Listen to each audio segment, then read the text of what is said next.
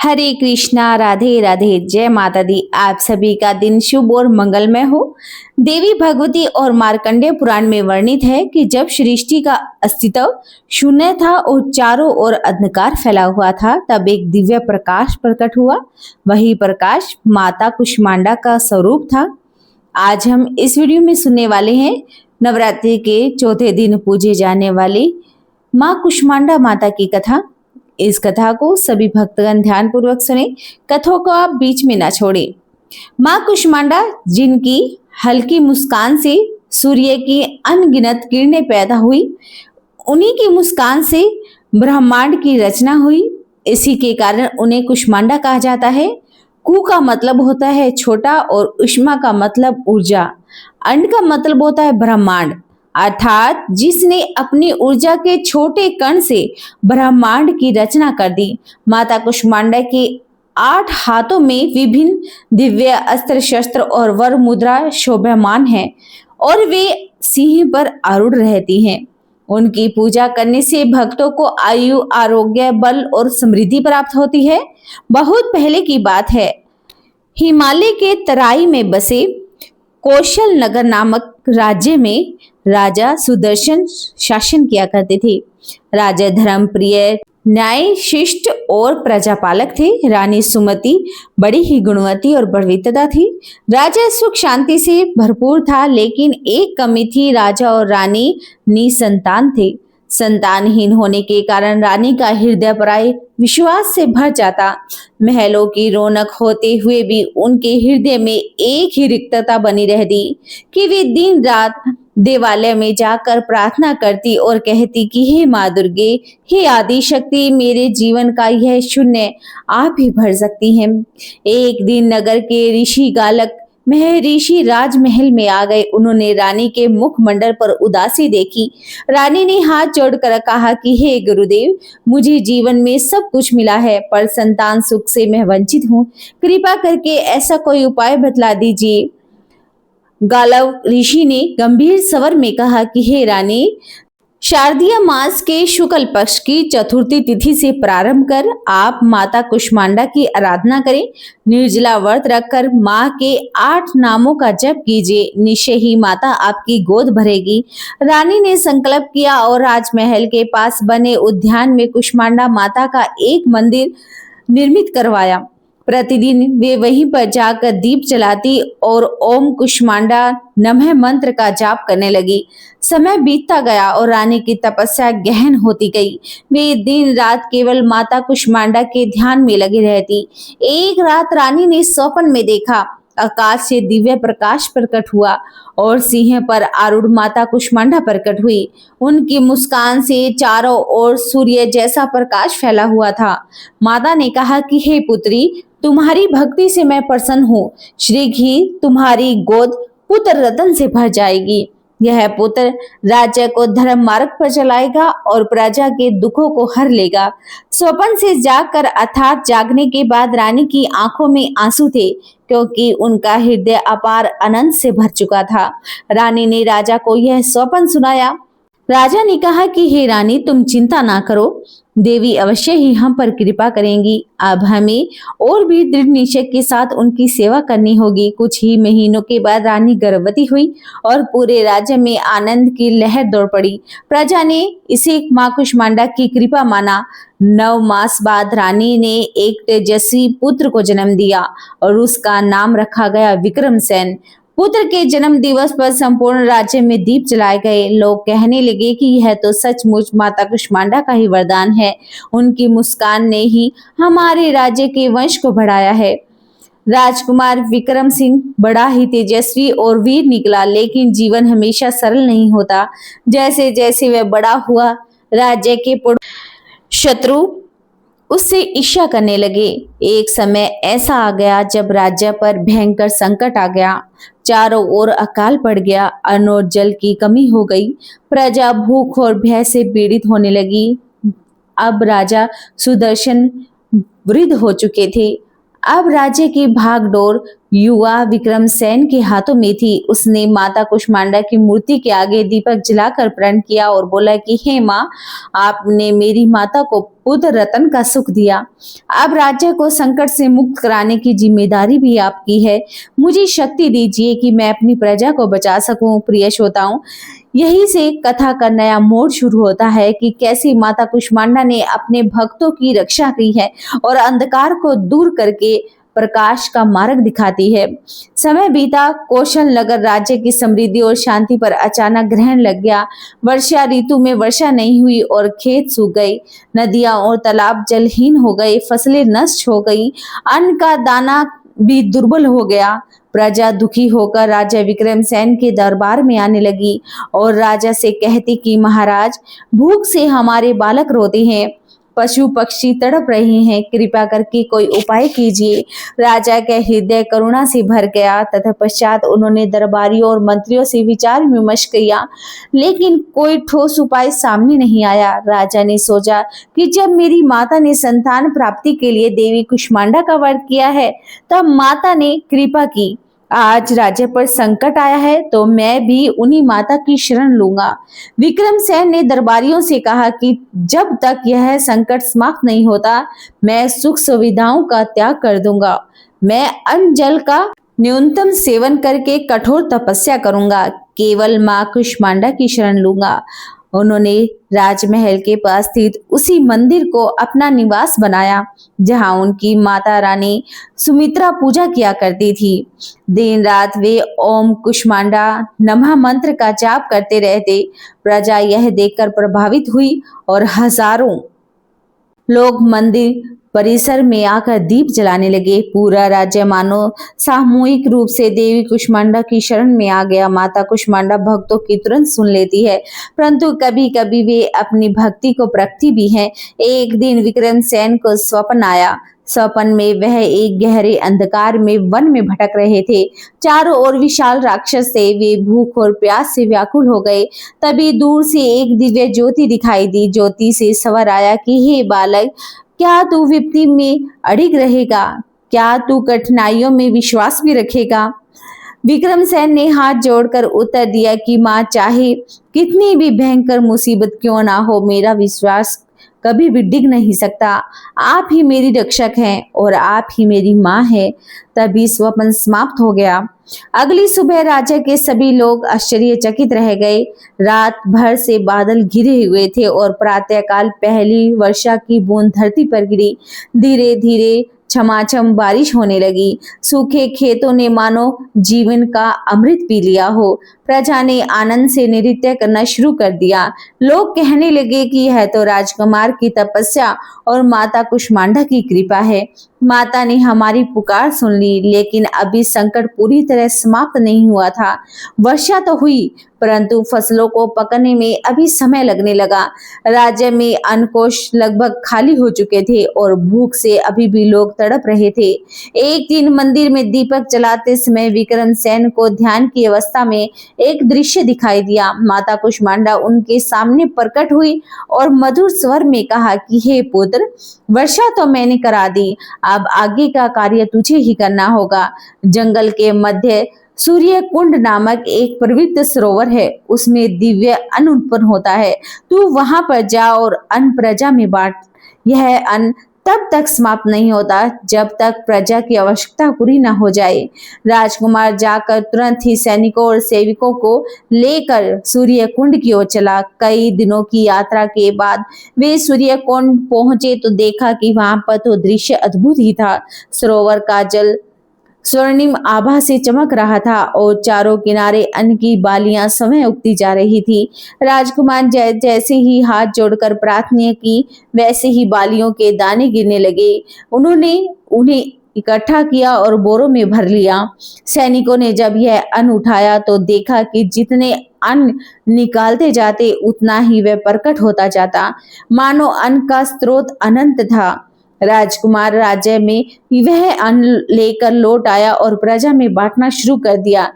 जिस किसी ने भी उस अन्न को खाया, उसका तन मन स्वस्थ हो गया। बीमार लोग भी स्वस्थ हो गए और जिनके हृदय में निराशा थी, उसमें नई उमंग आ गई। प्रजा गाते हुए कहने लगी कि जय हो कुष्मांडा माता की, जय हो हमारे राजकुमार की। राजकुमार ने तपस्या की और राजा का संकट धीरे धीरे समाप्त हो गया। देखते ही देखते खेतों में नई फसलें लहरने लगी। एक दिन विक्रमसेन मंदिर में ध्यान मस्त बैठे थे और उनके नेत्रों से आंसू बह रहे थे। उन्होंने प्रार्थना की कि हे माता, आपने मुझे और मेरी प्रजा को समस्त संकट से उबार दिया है, पर मैं जानना चाहता हूँ कि यह शक्ति कहाँ से आती है। यह अनंत अन्न और वर्षा का चमत्कार सब कुछ आपकी मुस्कान से ही संभव है। तभी आकाश में दिव्य प्रकाश प्रकट हुआ। माता कुष्मांडा सिंह पर आरूढ़ होकर प्रकट हुई। उनके 8 हाथों में दिव्य तेज निकल रहा था। माता ने कहा कि बस जब सृष्टि नहीं थी तब मैं ही शून्य के भीतर विद्यमान थी। मेरी मुस्कान से यह सृष्टि प्रकट हुई और मैं ही सूर्य की किरणों में ऊर्जा हूँ। भक्त जब मुझे अटूट विश्वास से पुकारते हैं तो मैं उनकी आत्मा में प्रकाश भरकर उभरती हूँ और असंभव को संभव बना देती हूँ। विक्रम सिंह नतमस्तक हो गए और उनकी आंखों में से आंसू बहने लगे, पर हृदय अपार आनंद से भर गया। कौशल नगर की समृद्धि और जनता की भक्ति देखकर पड़ोसी राजा विरोचन ईर्ष्या से भर गया। उसने सोचा कि जब इनके राज्य में अकाल पड़ा था तब यह राजकुमार मंदिर में तपस्या कर रहा था, किंतु अब अचानक उनके राज्य में समृद्धि कैसे लौट आई। निश्चय ही उसके पीछे कोई रहस्य है। अगर मैं इस राज्य पर विजय प्राप्त कर लूं तो न केवल संपत्ति बल्कि यह रहस्य भी मेरे हाथ लग जाएगा। वे अपनी विशाल सेना को लेकर कौशल नगर की सीमाओं पर आ धमका। राजमहल में संदेश आया कि शत्रु ने आक्रमण कर दिया है।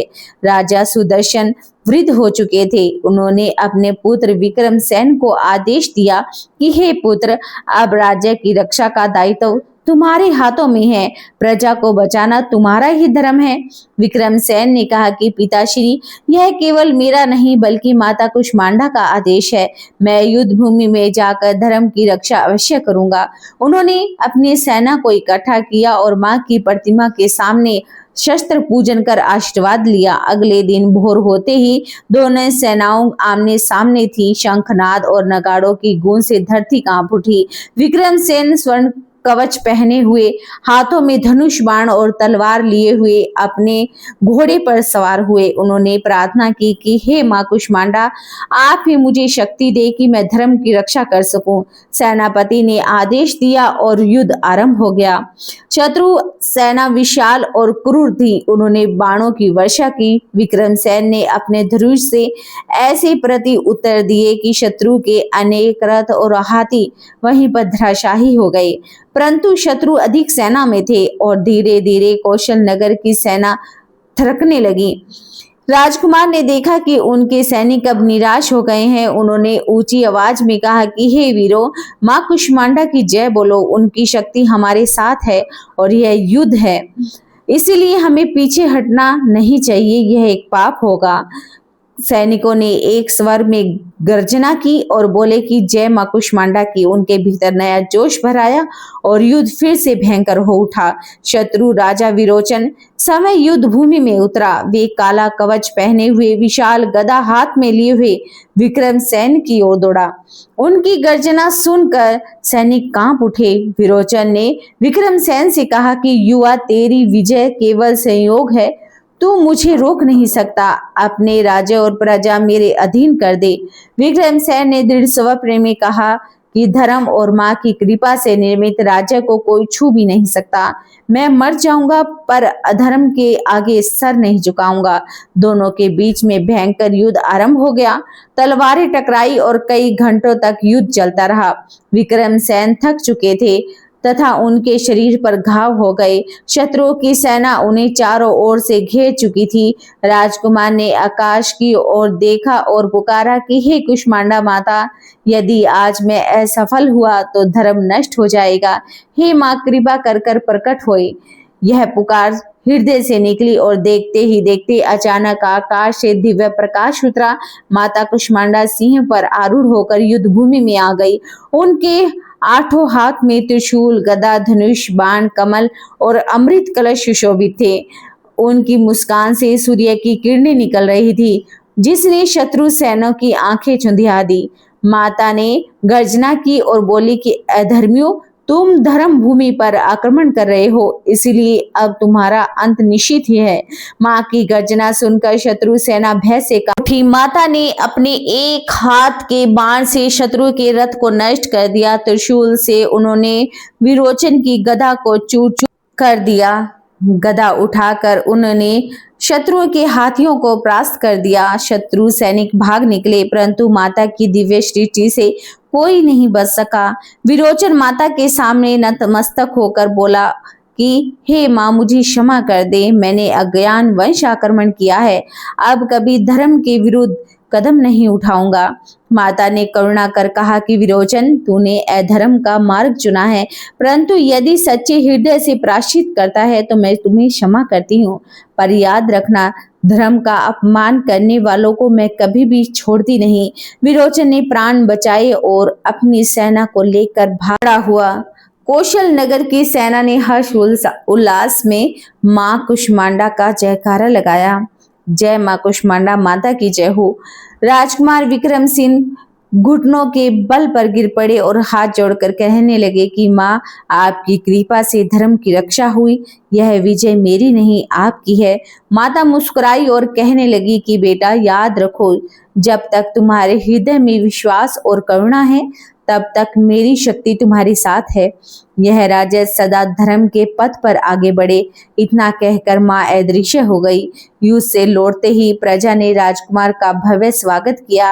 राजमहल दीपों से सजाया गया, लोग गा रहे थे और मां कुष्मांडा माता की कृपा से हमारा राज्य सुरक्षित है। जय हो धर्म के रक्षक विक्रमसेन की। राजा सुदर्शन ने गर्व से कहा कि हे पुत्र, तूने केवल युद्ध नहीं जीता, बल्कि मां की भक्ति का आदर्श भी स्थापित किया है। युद्ध समाप्त हुआ और शत्रु परास्त हो चुका था। कौशल नगर की प्रजा अब निश्चित थी। सब लोग कहने लगे कि हमारे राज्य की रक्षा केवल शस्त्रों से नहीं, बल्कि माता कुष्मांडा की कृपा से हुई है। राजकुमार विक्रमसेन ने जनता को संबोधित करते हुए कहा कि हे प्रजाजन, यह विजय मेरी नहीं, बल्कि आपकी आस्था और मां कुष्मांडा की करुणा है। अब हमारा कर्तव्य है कि हम धर्म, सत्य और सेवा का पालन करें। युद्ध के बाद विक्रमसेन को युवराज के रूप में नहीं, बल्कि धर्म रक्षक के रूप में सम्मान मिलना चाहिए। उन्होंने राज्य में अनेक नियम बनाए और बोले कि हर गांव में एक छोटा मंदिर बनेगा, जहां पर प्रतिदिन दीप जलाकर मां कुष्मांडा की पूजा होगी। अन्न और जल का भंडारा प्रजा के लिए सुरक्षित रखा जाएगा, ताकि कोई अकाल में भूखा ना रहे। विधवाओं, अनाथों और गरीबों की देखभाल राज्य की जिम्मेदारी होगी। झूठ और अन्याय करने वाले लोगों को कठोर दंड मिलेगा। इन व्यवस्थाओं से राज्य में अद्भुत समृद्धि फैल गई। प्रजा अपने राज्य और युवराज से संतुष्ट थी। जहां लोग पहले भूख और भय से पीड़ित थे, वहां चारों ओर हर्ष और उल्लास था। खेतों में लहराती फसलें, बाजारों में चहल पहल, मंदिरों में भजन कीर्तन मानो स्वर्ग उतर आया हो। लोग गाते हुए कहते, मां कुष्मांडा की मुस्कान से यह ब्रह्मांड चलता है, उनकी कृपा से ही जीवन में सुख समृद्धि आती है। यद्यपि राज्य अब समृद्ध था, पर विक्रमसेन का मन केवल भोग विलास में नहीं लगा। वह हर सुबह मंदिर में जाकर माता कुष्मांडा की पूजा करता, घंटों ध्यान में बैठता और बार बार एक ही प्रश्न पूछता, आपने मुझे शक्ति देकर राज्य को समृद्ध किया है। एक दिन ध्यान में विक्रमसेन को दिव्य दर्शन हुए और माता कुष्मांडा प्रकट हुई और कोमल स्वर में बोली कि विक्रमसेन, याद रखो, संसार में सुख और दुख तो आते हैं, संपत्ति, साम्राज्य और वैभव सब कुछ नश्वर हैं, परंतु जो धर्म और सेवा के मार्ग पर चलता है, उसका नाम पुण्य और अमर हो जाता है। सच्चा राजा तो वही है जो अपने प्रजा को बच्चों की तरह मानता है। सच्चा वीर तो वह जो दुर्बल की रक्षा करता है, और सच्चा भक्त वह है जो हर स्थिति में विश्वास बनाए रखता है। माँ के उपदेश से विक्रमसेन ने अपने जीवन का ध्येय स्पष्ट कर लिया। उन्होंने दान, सेवा और न्याय का सब कुछ माना। हर वर्ष शारदीय मास की नवमी तिथि को वह उत्सव होता जिसमें माता कुष्मांडा की आरती की जाती और हजारों दीप जलाए जाते। राज्य में एक परंपरा भी प्रारंभ हुई। हर नव दुर्गा में विशेष रूप से चौथे दिन माता कुष्मांडा का व्रत और भजन कीर्तन किया जाता है। लोग मानते हैं कि इस व्रत को करने से रोग दूर हो जाते हैं, जीवन में आयु और सुख की वृद्धि होती है। एक दिन एक निर्धन किसान राजमहल के द्वार पर आया। उसने कहा कि महाराज, मेरी फसल नष्ट हो गई, परिवार भूखा है, कृपा करके मेरी मदद कीजिए। विक्रमसेन ने उसे गले से लगाया और कहा कि भैया, यह राज्य केवल मेरा ही नहीं तुम्हारा भी है। भूखा रहना इस भूमि में अधर्म है। उन्होंने तुरंत ही अन्न और बैल उस किसान को वरदान किए। किसान ने आंसुओं से भरे नेत्रों से कहा कि महाराज, आप ही सच्चे धर्मराज हैं। निश्चय ही यह सब कुछ माता कुष्मांडा की प्रेरणा से ही संभव है। वर्ष बीत गए। अब कौशल नगर धर्म, न्याय और समृद्धि का केंद्र बन गया। दूर दूर से यात्री आते और कहते कि यह राज्य सचमुच मां कुष्मांडा की मुस्कान से बना हुआ है। यहाँ दुख और निराश का नामो निशान नहीं है। राजकुमार विक्रमसेन धीरे धीरे राजा विक्रमसेन बने और अपनी करुणा और न्याय वीरता से जगत में प्रसिद्ध हो गए। माता कुष्मांडा ने उन्हें आशीर्वाद दिया कि जब तक सूर्य और चंद्रमा हैं, तेरे राज्य का नाम धर्म और भक्ति से जुड़ा हुआ है और कृति अमर रहे। कथा के अंत में गालव ऋषि ने राज्य की जनता को संबोधित करते हुए कहा कि हे जनों, देखो, यह सब भक्ति की शक्ति है। मां कुष्मांडा की पूजा से अंधकार मिटता है, जीवन में प्रकाश आता है। जिसके जीवन में निराशा और दुख है, उसे चाहिए कि वे मां दुर्गा की आराधना करें। निश्चय मां मुस्कुराकर उसकी पीड़ा को हर लेती है। राज्य ने अनेक वर्षों तक निरंतर तप किया। उनके शरीर की चमक तपस्या से क्षीण होने लगी, किंतु मन में विश्वास अटल रहा। वन में बैठे राजा को समय का ज्ञान भी नहीं होता। ऋतु बदलती रहती, गर्मियों में तपिश और बारिश में नमी, शीत ऋतु में कठोरता, सब कुछ उन्हें सहन करना, पर माता की कृपा के बिना उठने का विचार तक नहीं आया। एक दिन जब सूर्य अस्त हो रहा था और आकाश लालिमा से भर गया, तभी पूरे वन में एक अद्भुत प्रकाश फैल लगा। पक्षी मौन हो गए, हवा स्थिर हो गई और वातावरण में सुगंधित हवाएं बहने लगी। राजा ने नेत्र खोला और देखा तो उनके सामने एक दिव्य आभा में प्रकट हुआ। वह माता कुष्मांडा थी। उनके 8 भुजाओं में अस्त्र और वरदान मुद्रा थी। मुख पर मधुर मुस्कान, नेत्रों में करुणा और तेज था। उनके तेज से संपूर्ण वन प्रकाशित हो उठा। राजा ने भूमि पर दंडवत प्रणाम किया और अश्रुपूर्ण नेत्रों से कहा कि हे माता, आपके दर्शन से मेरा जीवन सफल हो गया है। माता कुष्मांडा ने मधुर स्वर में कहा कि हे बेटा, तुम्हारा तप असाधारण है। तुमने निस्वार्थ भाव से केवल अपनी प्रजा के लिए तप किया है और ऐसा भक्त दुर्बल होता है। मैं तुम्हारे राज्य को पुनः समृद्ध कर दूंगी। तुम्हारी प्रजा अन्न, जल, सुख और शांति से परिपूर्ण होगी। जो भी श्रद्धा से मेरी आराधना करेगा, उस जीवन में सुख और समृद्धि आएगी। यह कहते ही मां ने अपनी एक भुजा से दिव्य फल राजा को दे दिया और आशीर्वाद स्वरूप कहा कि हे राजन, इस फल का अन्न बीज कर तुम्हारे राज्य की धरती हरी भरी हो जाएगी। जब शारदीय नवरात्रि में मेरी कथा और पूजा होगी, तब तब दुख और दारिद्र्य दूर हो जाएगी। राजा विभोर होकर रो पड़ा। माता ने उन्हें आलिंगन में समेट लिया और जैसे ही वे विलीन हुई, पूरा वन हरियाली से भर गया। सूखे वृक्षों पर फूल खिलने लगे, पशु पक्षी आनंद से नाचने लगे, आकाश से फूलों की वर्षा होने लगी। राजा तुरंत अपनी राजधानी को लौट आए। आश्चर्य, राजधानी में भी वही चमत्कार घट चुका था। खेत हरे भरे हो चुके थे, तालाबों में पानी भर गया और प्रजा के मुख पर मुस्कान लौट आई। लोग राजा का जय घोष करने लगे। जय हो माता कुष्मांडा की। उस दिन से शारदीय नवरात्रि के इस महात्म्य का अध्याय कथा के रूप में मां कुष्मांडा की यह महिमा सुनाई जाने लगी। राजा के लौटते ही राजधानी में हर्ष का माहौल था। चारों ओर नव जीवन का संचार हो गया। गांव गांव तालाब भर गए, खेतों में लहराती फसलें उगाई, पशु पक्षी चहचहाट से वातावरण गूंजने लगा। लोग कहते हैं यह सब कुष्मांडा माता की कृपा से है। तो बोलिए कुष्मांडा माता की जय हो। अगर आपको हमारे इस YouTube चैनल की ये वीडियो